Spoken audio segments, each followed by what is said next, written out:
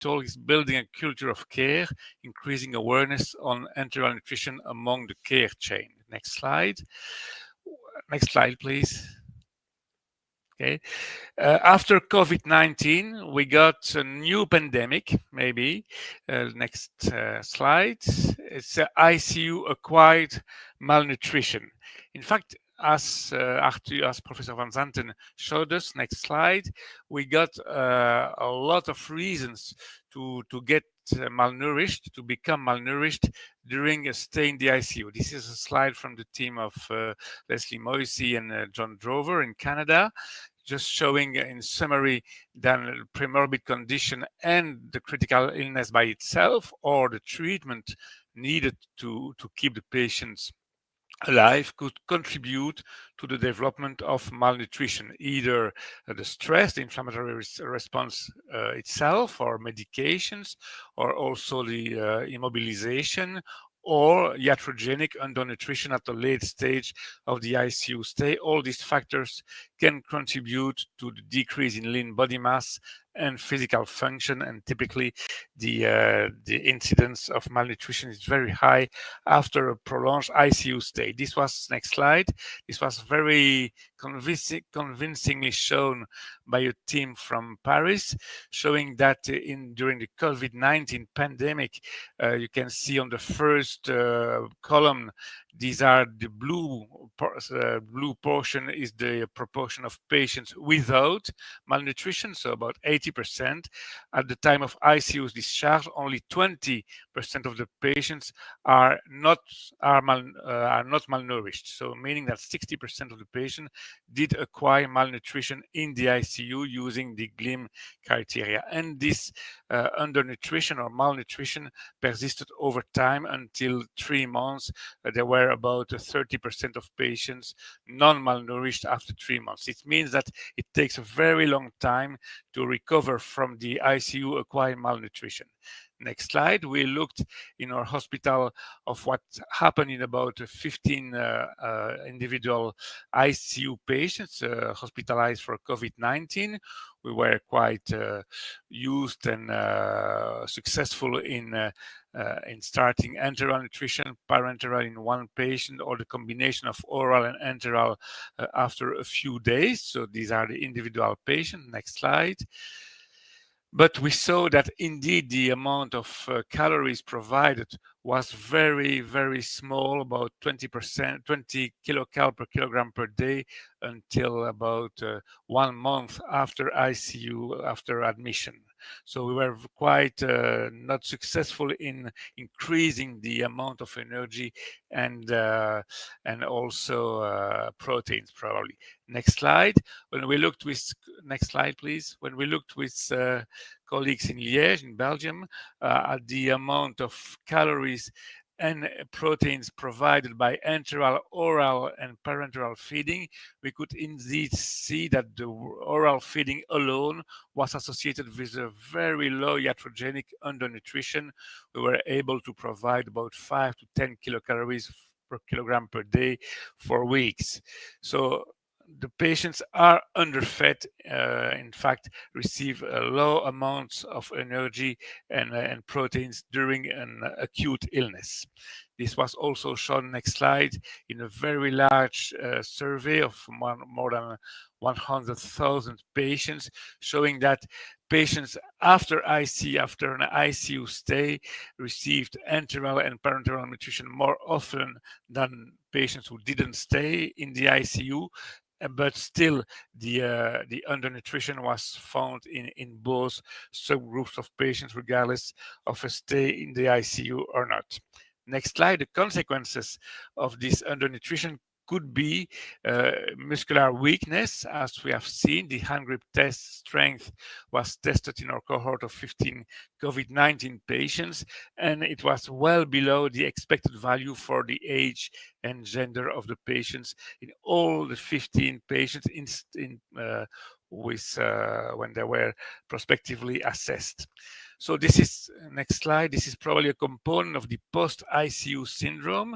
You may know about this. So the post-ICU syndrome was described 15 years ago, 50 years ago, but there was an official definition in 2012 by Dale Needham and the team of American investigators, with a combination of physical dysfunction, mental health dysfunction, and cognitive problems and dysfunctions. So the physical component of the post-ICU syndrome is probably resulting, at least in part, from the lack of energy and proteins during the late phase of the ICU stay. Next slide. Art van Zanten and his colleagues published also a nice figure showing that patients could be assessed, and even after 5 years, the was 6-minute walk test, and also after 1 year in COVID-19 patients of the lower or the bottom part of this graph have a decreased hand grip strength, just showing that muscle weakness lasts for long after an ICU stay. So we probably need to start, next slide, nutritional rehabilitation in the ICU to avoid this type of character with a very with crazy people with having a loss of muscle mass, like in this picture inspired by Kafka. So next slide. We know, and this is a slide from Zudin Putucciari, that the muscle mass drops very rapidly and it takes a very long time to recover as a result of the balance or the imbalance between muscle protein breakdown and muscle synthesis. So it takes a long time to recover. We need to, next slide, to have a collaboration between the acute caregiver, the acute physicians, and dietitians, etc., that's working during the acute phase, and those, next slide, caring for the patient, like this intellectual internist during the chronic phase when the patient is discharged from the ICU. Next slide, we need some continuity between the ICU, the ward, and the post-hospital discharge. Next slide. Now, if we look at the reasons why patients do not receive the prescribed amount of enteral feeding in the ICU. This was a survey in France about 20 years ago, but I suspect that this is still true.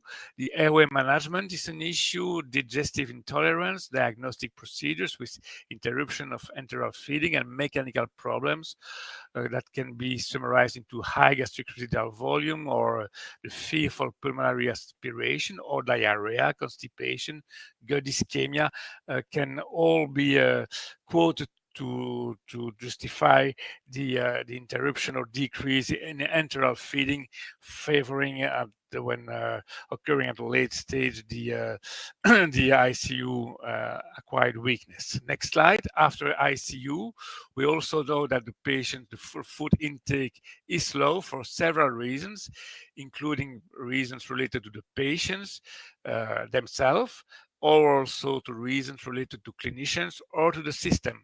Among the reasons related to the patient itself, the appetite, the taste can be changed. We saw that quite often after the COVID pandemics. Also, there are problems with the gastrointestinal dysmotility, or swallowing problems, especially when patients have been intubated. Physical function can be altered, or also psychosocial factor can be advocated. In terms of clinicians, we need to increase the awareness. There is a lack of documentation of the amount of food which was eaten by the patients. Clearly, there is a lack of attention on this. Also, the feeding tube is often, as Arthur showed us very elegantly, the feeding tube is removed too early. And in fact, feeding is, or the food is not a priority in the hospitals, and this may be also related to the system.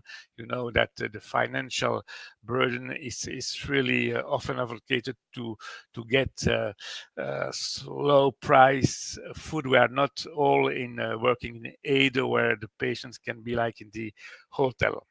So next slide is very, I think it's a central slide. Who is guilty for this?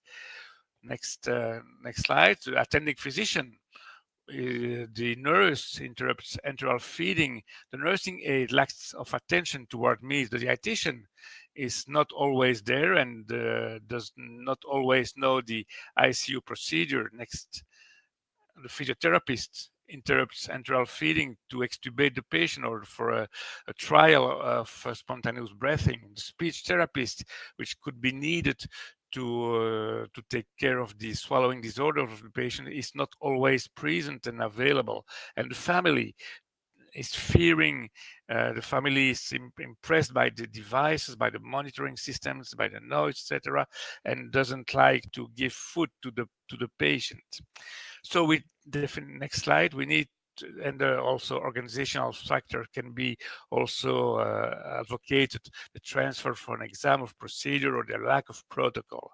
So we, next slide, we need to adapt the guidelines to the local routines. So guidelines are available. Sometimes they are contradictory. Sometimes they can be difficult to apply at bedside. You know, the ESPEN guidelines and also the ASPEN, the American guidelines, with 95 recommendations, 6 were updated recently. So we need to adapt to translate the guidelines into our current environment. Next slide. There is a need to adapt to the local routines to avoid to be lost in translation. We need to adapt the general guidelines to the type of tubes, to the formulas we have at hand. You can click, please. Okay, the type of patients and the local habits. Next slide. Protocols for enteral nutrition in ICU are really needed because of the interest of early enteral nutrition, because of the frequent gastrointestinal dysfunction and the high rate of complications. And we should also anticipate frequently asked questions.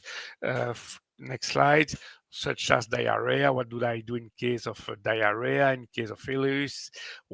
Which are the initial settings? How do I check the position of the feeding tube? These very practical aspects must be anticipated to answer the questions of the nurse who is on duty Saturday night. We may like to use acronyms, next slide, such as FAST-UG from Jean-Louis Vincent. Feeding, the F of FAST-UG is feeding and fluids, but feeding is of course the most important. Next slide. There is another acronym such as SPICE for the quality of care, just to check the SPICE, swallowing disorders, also the physical ability of the patients, the involvement of dietitians, the clinical evaluation. And these are all addressed by this SPICE acronym. You may have a look at this paper published in Nutrients in 2020. Next slide. You also need to be there assertive, smiling and available. These two ladies are two dietitians, Gabby and Marie-Eve. They are every day on the weekdays in the ICU, and the presence of the dietitians, they know each patient, but it helps to improve the quality and the involvement of all nurses and physicians. They think about this, and also dietitians needs to be, next slide, needs to be the role of the dietitian needs to be emphasized. And Gabby gave a very nice talk on the role of the dietitian in the ICU during a Congress of nurses, of intensive care nurses. Next slide. So if we want to change something, we need to define the outcome to be improved, to identify the room for the improvement, and then to change the practice and check that the improvement is indeed, the expected improvement is indeed happening. If not, you should change again. And the nurses must be involved in this. Next slide. So this is Mathieu, a nurse from our ICU. He just reported in a congress that just having a monitoring of gastric residual volume, a systematic monitoring of gastric residual volume at this time was associated with an improvement in practice. Next slide. So he showed that the time to achieve the target rate was much smaller, was much shorter when gastric residual volume was monitored. And next slide, also that the difference between the target energy and the actual intake was really improved just by a small change in practice. They also are, we are also encouraged to participate into general surveys such as Nutrition Day. Next slide. So the Nutrition Day, the Belgian contribution to Nutrition Day is very impressive because of the involvement of the Ministry of Health, and the Nutrition Day helps to understand that. Next slide. In fact, the intakes are not calculated as a function of the weight. Next slide, you can see on this slide that these are different levels of BMI, and you can see that the obese patients on the right panel are those who receive the less calories because the BMI, the weight, is not taken into account into the prescription of enteral nutrition. Next slide. We also participated into this study, the France study in France and Belgium, and this nice, just observational study. Next slide showed that no nutrition during the early phase of the ICU stay was associated with a better outcome in terms of day 28 mortality than early nutrition. So we can wait, there is no emergency, and this is quite relevant for the need of appropriate nutrition, which is definitely more related to the late phase than the early phase. Next slide. And this was also confirmed in several. Next slide, please. This was also confirmed. Oh, if you can switch to the next slide, please.